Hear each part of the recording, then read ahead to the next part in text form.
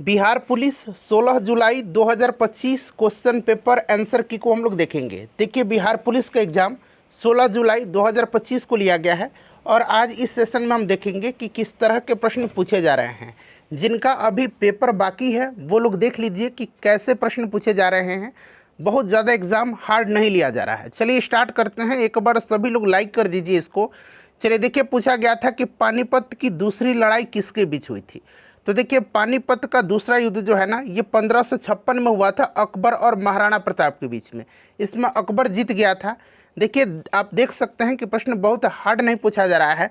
और देखिए, मैंने आपको अपना व्हाट्सएप नंबर भी दिया हुआ है, आप वहाँ पर प्रश्न को भेज भी सकते हैं।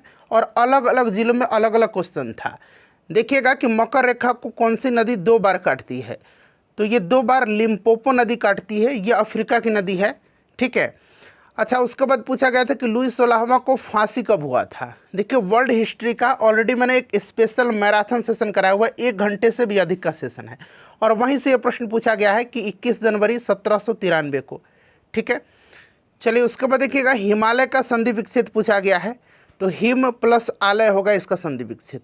ये करंट अफेयर्स पूछा गया है, ये कराया भी है मैंने आपको कि ब्रिक्स 2025 शिखर सम्मेलन का आयोजन कहाँ हुआ था।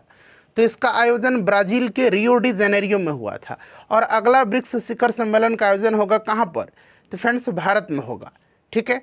चलिए उसके बाद देखिए, पूछा गया था कि माजुली द्वीप जो है ये किस नदी पर स्थित है।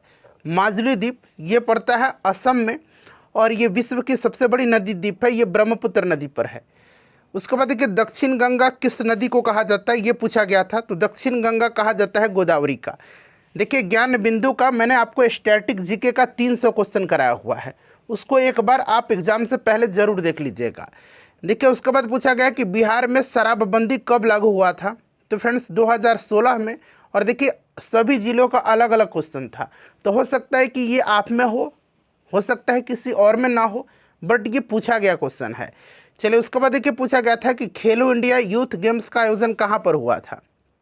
तो खेलो इंडिया यूथ गेम का आयोजन किया गया था, बिहार में हुआ था। ठीक है ना, बिहार में खेलो इंडिया यूथ गेम का आयोजन हुआ था। ठीक है। और नरसिम्हा जो था ये इसका शुभंकर था। चलिए अगला प्रश्न करेंगे अब। देखिए, उसके बाद पूछा गया था कि नीतीश कुमार कौन से बार बिहार के मुख्यमंत्री बने हैं।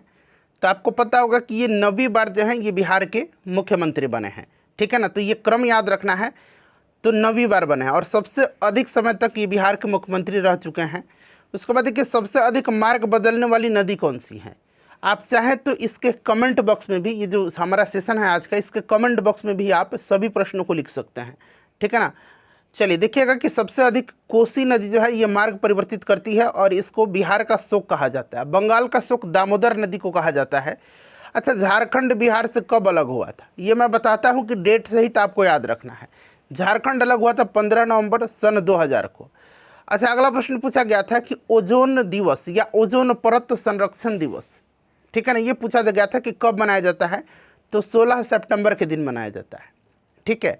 अच्छा, ककोलत जलप्रपात कहाँ पर है, ककोलत। तो देखिए, ककोलत जो है ये नवादा में है।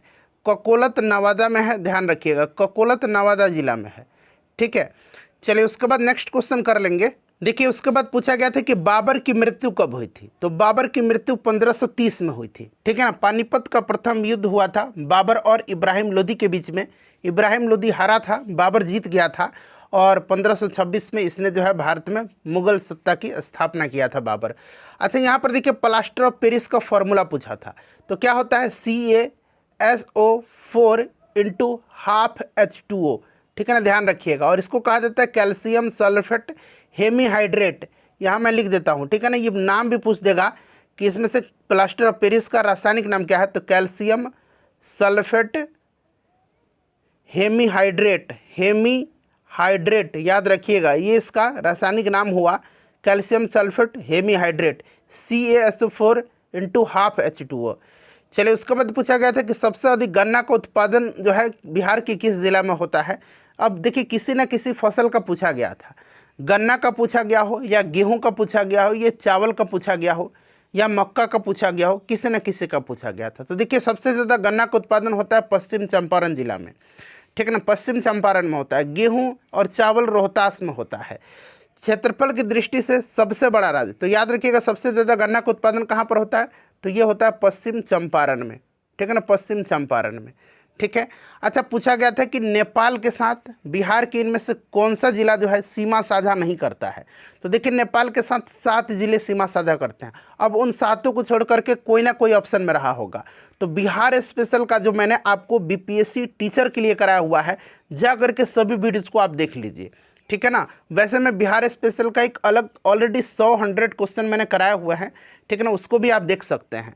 देखिए क्षेत्रफल की दृष्टि से सबसे बड़ा राज्य, तो सबसे बड़ा क्षेत्रफल की दृष्टि से आपको पता है राजस्थान है। ज्ञान बिंदु का जो आपका फुल लेंथ टेस्ट है उसमें से बहुत सारे प्रश्न पूछे गए हैं। देखिए कोशिका का ऊर्जा ग्रह कहा जाता है, कोशिका का ऊर्जा ग्रह, कोशिका का पावर हाउस कहा जाता है माइटोकॉन्ड्रिया को, माइटोकॉन्ड्रिया को कहा जाता है, ठीक है ना। किसको कहा जाता है, तो याद रखिएगा माइटोकॉन्ड्रिया को कहा जाता है, माइटोकॉन्ड्रिया को कहा जाता है, ठीक है ना, कोशिका का पावर हाउस। अच्छा, वाल्मीकि राष्ट्रीय उद्यान या वाल्मीकि टाइगर रिजर्व कहाँ पर है, तो ये बिहार के पश्चिम चंपारण जिला में है, पश्चिम चंपारण में है। अच्छा, अजंता की गुफाएं पूछा गया था कि कहाँ पर हैं, तो अजंता एलोरा की गुफाएं जो हैं ये महाराष्ट्र में है, ठीक है ना। कहाँ पर है फ्रेंड्स, तो ये महाराष्ट्र में है, ठीक है ना, महाराष्ट्र में। यहाँ पर पूछा गया था कि जूल किसका मात्रक नहीं है, और ऑप्शन में बल दिया गया था, तो जूल जो होगा ऑप्शन में दिया गया था बल, तो बल आंसर हो जाएगा। बल का मात्रक न्यूटन होता है, ठीक है ना। तो ये कुछ प्रश्न मिले हैं जो मैं आपको साझा किया हूँ, यही लेवल रहा है, आगे भी यही लेवल रहेगा। निश्चिंत होकर के आप अपना कॉन्फिडेंस बूस्ट करके आत्मविश्वास ला करके परीक्षा दीजिएगा। लाइक कर दीजिए इसको और किसी एक ग्रुप में शेयर कर दीजिए।